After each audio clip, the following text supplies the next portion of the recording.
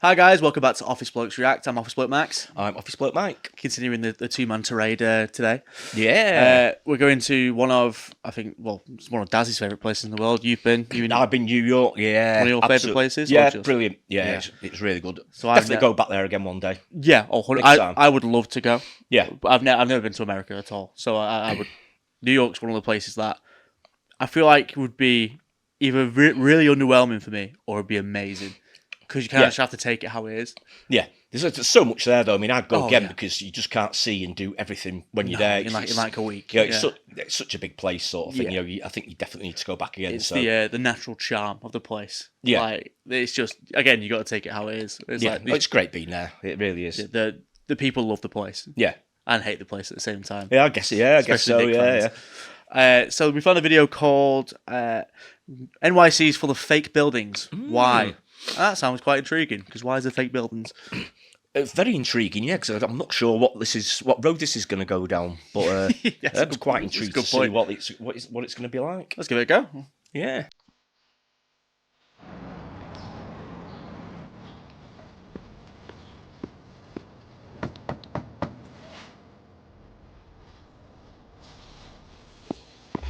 Well, it doesn't look like anybody's home, and that's because this building is fake. There have been stories that it's a secret passageway down to the depths of New York. Sometimes when you walk by at night, there's like a glow, it's like an orange glow. Many are calling this skyscraper the most terrifying building in the world. Oh my God. I've definitely heard that there's maybe some secret government stuff in there. False facades like this one hiding government facilities are hardly unique throughout the country.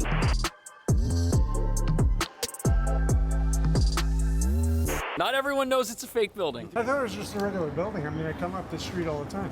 That's crazy. You're probably not the only person. No. So this is our first fake building, 58 Joralemon Street. We've got a whole bunch of fake buildings to look at today, a creepy tower with no windows, a former biolab, and they're all here in New York. Others who live in the neighborhood say once they notice the building, they notice some strange sights and sounds. It's like something out of Ghostbusters. Look, it's so famous, it has its own Wikipedia article about how it's fake, and that's how you know it's the real deal. Now, from the outside, it looks like your typical townhouse. You got your townhouse windows, your little townhouse fence, your creepy-looking staircase. But all of this metal here, this should give it away that there's something going on. And the windows are fully blacked out. If you had this tint on your car, the cops would probably arrest you. And look at the door. This thing is not designed to be opened by mere mortals. And honestly, it doesn't really stand out at all. It looks completely normal. There have been stories that it's a secret passageway, that it's an escape route, that it's haunted. Now, the building was originally constructed in 1847 as a private residence. For about 60 years, people lived here, but that all changed in 1907 when it was purchased by the Interborough Rapid Transit Company. They were the original New York City underground subway that was started in 1904, and the reason that they bought this particular building is because their subway runs directly underneath it. And since the subway consists of long tunnels with air moving through it, you've got to vent the air out somehow. Now, the building and all the buildings on the street predate the subway underneath the street, so that's why you can't just put a vent here. There's already something here. So the people building the subway bought the building and completely hollowed out the interior, and that makes it the world's only Greek revival subway ventilation shaft. It also doubles as an emergency exit for the subways underneath it, which means if you're on the 4 and the 5 trains and there's a reason to evacuate, you might find yourself in this little neighborhood. And it's really like the most unlikely place for something like this to even exist. And if you're curious what something like this costs to buy, the building next door, this one right here, sold for $6 million about a year ago. You see our metal hatch right here that is impenetrable. This is what that probably looked like, a little courtyard with like a basement apartment. Now, it might seem sad that this building no longer looks like this building, but in a city like New York, there's just so much going on here. We need things like fake buildings to hold it together and to do crazy science experiments.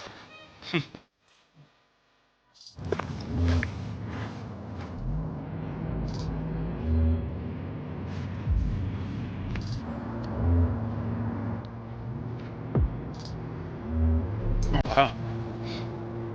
Does it still look like a biolab from over 100 years ago? Because that's what it was. This is the Streker Memorial Laboratory. Now today, it's a fake building, but it used to engage in bacteriological research right here on Roosevelt Island. And an island is probably the right place for weird research that could, you know, get out. You don't want it to get out. This could be like the X-Files, where if the infected bee stings you, something happens to you. It was built in 1892 as a laboratory for City Hospital. And the weird stuff that's in there now is definitely interesting. And apparently it had an autopsy room. Creepy. Right now I keep seeing these bizarre furnace things inside. Basement windows are blacked out, can't see anything. Whoa, the side. It's looking real creepy. I hear like a lot of fans and stuff way up there. What's in here now? Yeah. I heard aliens. Oh. No, I'm just kidding. We better get out of here. It could be a little house in the country somewhere, but here it is isolated all by itself, and again, probably for good reason. Now, if you don't know, Roosevelt Island is an island. We got Queens over in this direction, and then we got this massive bridge which will bring you over to Manhattan. And believe it or not, this place was a lab until the 1950s when it was completely abandoned, and it sat here for 22 years doing nothing. And then in 1972, it was designated as a historic landmark. And in the year 2000, it was purchased by the MTA that takes care of the subway and the trains. They're the ones operating the building today. You can see some very, very interesting equipment in there and a rather menacing looking hornet nest. I guess hornets are what put these holes in the glass. I don't know what type of experiments they were doing over 100 years ago, but now there is a lot of voltage running through here, and it's a power conversion substation for the subway trains, and they need power. Listen to the door. It is singing. Now, we think that they had to remove things like the autopsy room and the alien room in order to make room for all the power stations and all that crazy humming that we heard back there. But it's crazy to me that there was an actual lab here doing weird pathology across from where millions of people live. Man, these bees are everywhere. Soon, we're gonna go see a tower that's straight out of a science fiction movie. But first, we're gonna go see a building that was scientifically impossible to build, or so people thought. Mate, there's some crazy stuff around there. I didn't realise the. I'm glad there's a genuine like explanation for that first one, because it's the most news thing ever to ask a random buygoer, "Oh, what do you think's in this building?" Yeah. And he goes like, "Well, you know, secret government stuff." It's really interesting reason why it's there, though, isn't it? Yeah. It just blends it, you know, instead of being like an industrial unit, it's actually I like serving that, a purpose. It's quite nice. The fact that they still want to dress it up and not ruin the look of the neighbourhood. Yeah, exactly. Yeah, but because they could do that it's quite for easily. ventilation and stuff like that, and it's it's so interesting when you sort of convert places like that. It really is. Yeah, and then that second one makes sense. It's just like an old lab that they haven't done anything with it's just been repurposed, hasn't it? So it's got all the more modern equipment in there now, power and stuff. Lovely building. Some great buildings, aren't they? Yeah, love the old ones especially. So I do really like the look of the New York neighbourhoods. Yeah. Oh yeah. Look. You know exactly where you are as soon as you see it. Absolutely big time.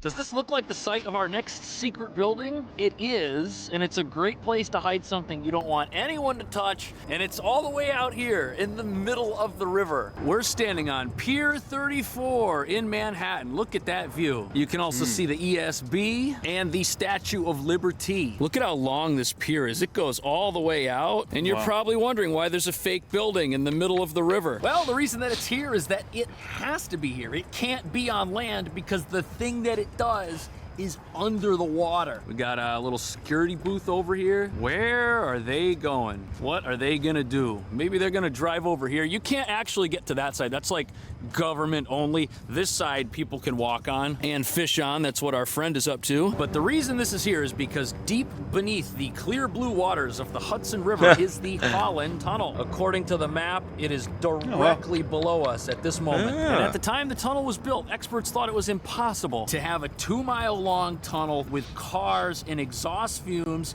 because all those fumes are in the tunnel. They can only escape at either end. You've got to have ventilation, and at the time, it hadn't been done before. Now, the tunnel itself took 7 years to build. Construction started in 1920, ended in 1927. What did you think it was when you first saw it? Oh, some kind of generator or some, some generator system. Or... Now, 100,000 cars a day drive into Manhattan 34 million people a year make this trip. So the tunnel's a big deal. It's doing what it needs to do. But the only reason it can do that is because inside here we've got massive fans that force air into the tunnel and suck air out. And believe it or not, this is not the only fake tower over here. There's 4 of these. Half of them suck the air out, the other half force it in. You can see another one way over here on the New Jersey side. See it? Right down there. It looks exactly the same. What's crazy is these things are almost 100 years old and they're still ticking away doing their thing. And it was all done before computers. Paper and pencil is how we got the Holland Tunnel. And when you think about how critically important this piece of infrastructure is, you definitely don't want any unauthorized people inside of it. And look at these security gates. There's 2 sets of them, signs everywhere saying don't come in. Might be a police cruiser back there. There's also an ominous light on right there. That's a light bulb. But then look at that up there. They got satellite TV. And soon we're gonna go see the crazy skyscraper that has no windows and a hidden secret purpose. But it's important to understand that when the government wants to build a fake building, it doesn't always go as planned, and sometimes it ends in disaster. Interesting. It is really interesting. Yeah. It's impressive that it's built in the 1920s as well. No, yeah. You look at buildings like that. Yeah, they don't like it. Even the tunnel. Yeah. Do you hear that? There's something going on in there. This is either the ugliest fake building ever built, or it is a masterpiece designed by a collective group of misunderstood geniuses.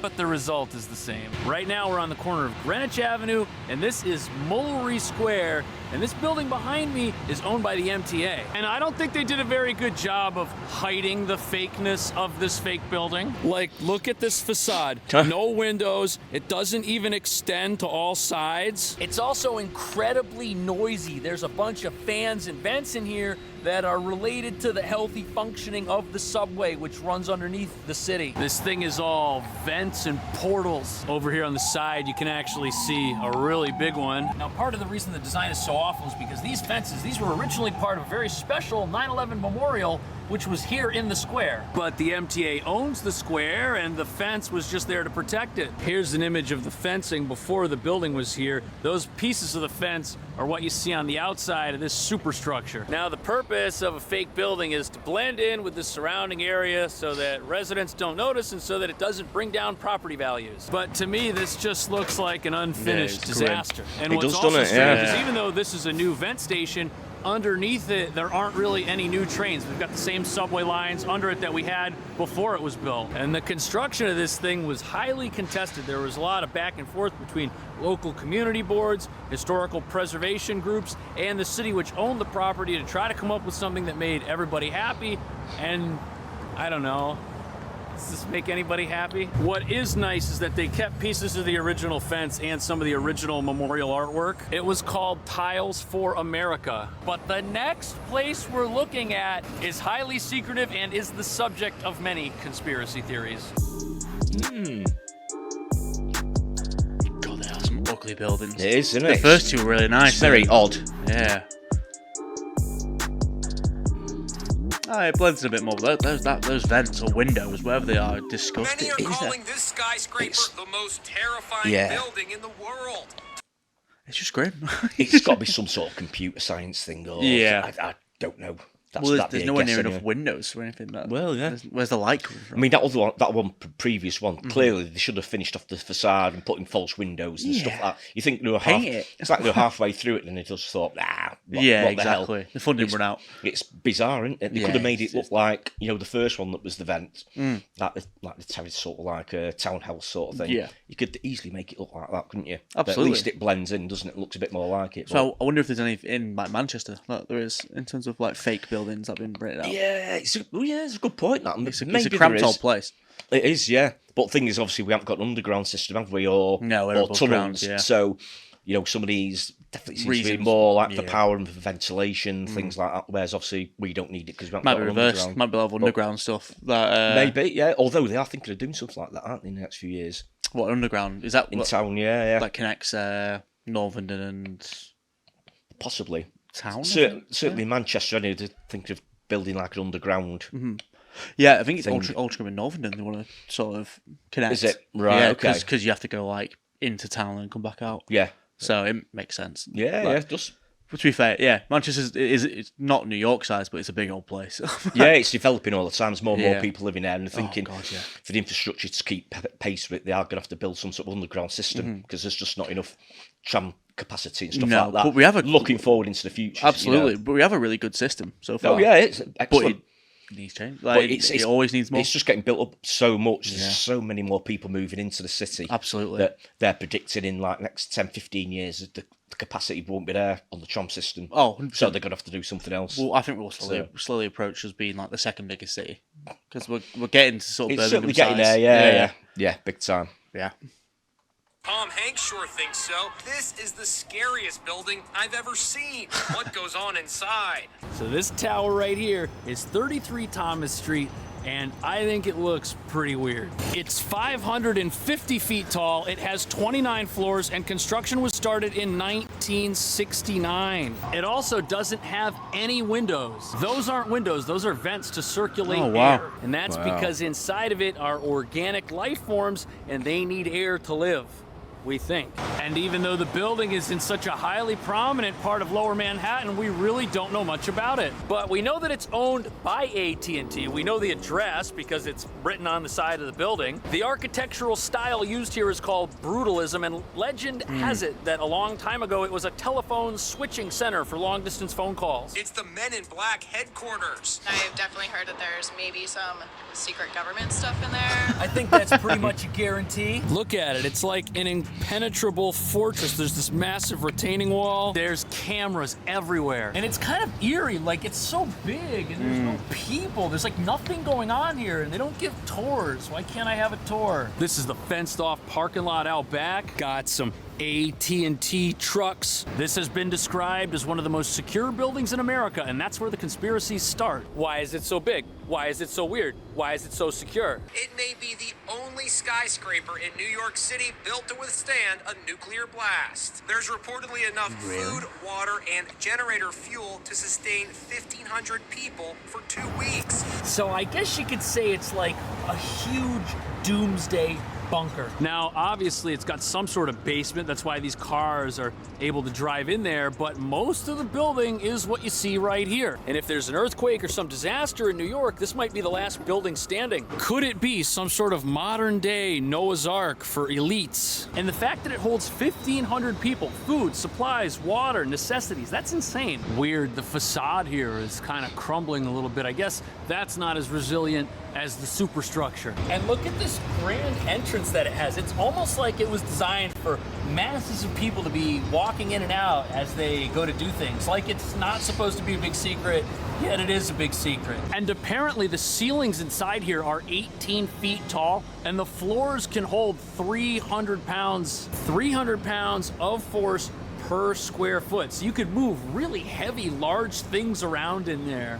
And check this out, right on Wikipedia, it basically says it's probably the location of a National Security Agency mass surveillance hub. Maybe that's why it's so tall. There could be antennas, there could be all kinds of stuff in there, picking up signals, sending out signals, who knows? I also love how pretty much every car out front has, you know, the little antenna, super dark window tint so you can't see in. But if you think about it, a massive building with no windows and tons of security everywhere and nobody coming in and out. This is the perfect place to hide and do things that you really want to keep a secret. But what do you think happens inside here or any of the other places we checked out? Let me know if I missed any fake buildings in New York. I will see you in the next one. Thanks. Yeah, interesting one. That is interesting. I would guess it probably would be some sort of surveillance facility, because having absolutely no windows, it's just utterly bizarre. Yeah, that is a big thing. I don't get the supplies, unless you actually know, surveillance, that makes sense. People have stayed in there for a long time.